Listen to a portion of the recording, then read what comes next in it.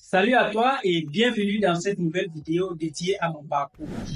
Dans les vidéos précédentes, nous avons abordé les sujets tels que comment recueillir les besoins informatiques, comment analyser ces besoins et comment spécifier ces besoins dans le cadre de vos projets informatiques.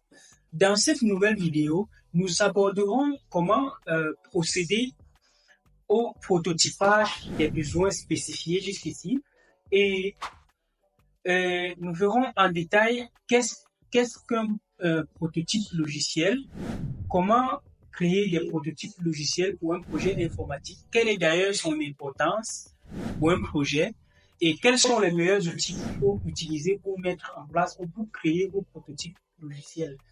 Tout cela, c'est tout de suite dans cette vidéo. Restez connectés jusqu'à la fin. Qu'est-ce qu'un prototype logiciel? Un prototype logiciel est une version simplifiée et fonctionnelle d'une application ou d'un logiciel informatique. Il permet de valider les idées, de recueillir les feedbacks des utilisateurs et sert de guide dans la phase de développement d'un produit. C'est en quelque sorte une projection visuelle et fonctionnelle de tout ce qui est du fonctionnement de la future application qui sera implémentée. Il se concentre sur les éléments visuels et interactifs d'une interface utilisateur, tels que les boutons, les menus, les formulaires et les éléments de navigation, tout en gardant l'objectif de rendre les interfaces faciles à utiliser, agréables à la vue et accessibles à tous. Pourquoi les prototypes sont-ils si importants? Les prototypes sont importants pour la simple raison qu'ils permettent de valider les concepts, les idées et les fonctionnalités d'un produit auprès des utilisateurs finaux afin de réduire les risques de développement et de respecter le cahier de charges dans son ensemble. De ce fait, il doit respecter le principe de clarté, avoir une cohérence du point de vue fonctionnel et une hiérarchie visuelle. Les informations ou les données ne doivent pas être dispersées sur vos prototypes et le tout en gardant l'aspect de simplicité et d'accessibilité. Comment créer des prototypes logiciels? Pour créer des prototypes logiciels, vous devez définir clairement les objectifs. Ensuite, identifier l'ensemble des fonctionnalités clés de votre produit. Impliquer les utilisateurs dès le début afin d'avoir les feedbacks de ces derniers. Vous devez également faire vos recherches auprès des leaders du marché afin d'avoir la meilleure expérience utilisateur que vous utiliserez par la suite dans votre projet. Vous devez également créer vos maquettes, simuler les tests utilisateurs en vous mettant à la place de l'utilisateur final. Ceci vous permettra de déceler les manquements ou les limites de vos prototypes.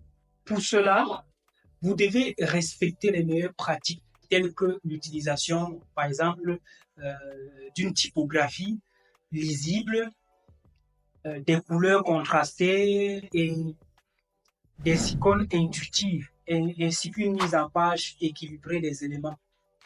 Quels sont les meilleurs outils que vous devez utiliser pour procéder au prototypage de vos applications?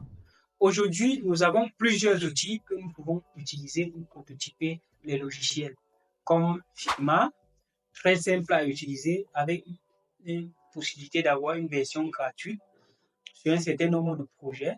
Vous avez aussi Adobe XD qui vous permet aussi de faire du prototypage, entre autres. Vous avez Lunacy, Sketch, Just in Mind.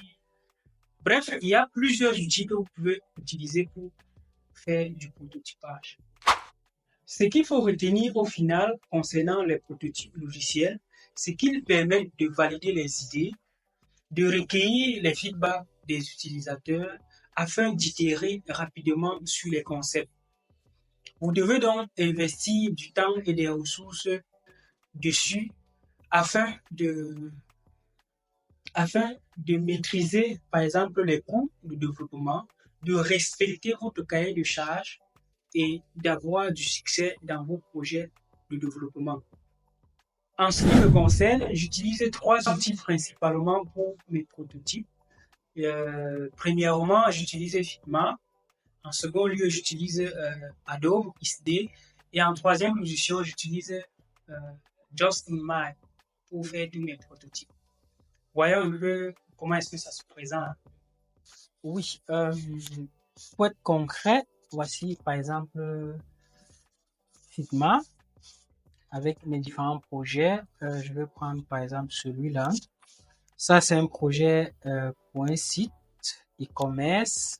Donc là, vous voyez déjà les interfaces, ou du moins le design est là. Je peux afficher par exemple la partie prototype pour qu'on puisse identifier les interactions. Donc là, ça, ce sont les interactions entre les différentes fonctionnalités du site. De façon fonctionnelle, ça représente à quelque chose comme ça. Donc là, je vais passer à la simulation. Comme vous voyez un peu comment ça se passe au niveau du prototype.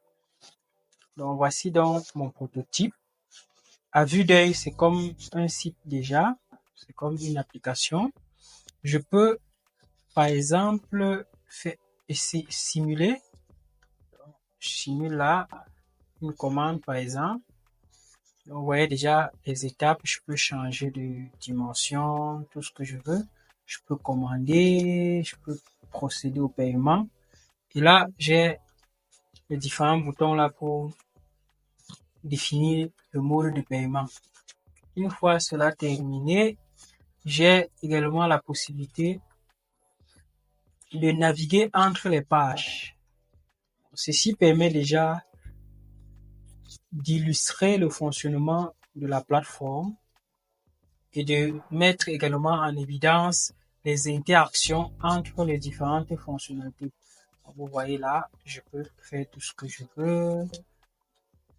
C'est comme une application avec des slides là qui défilent.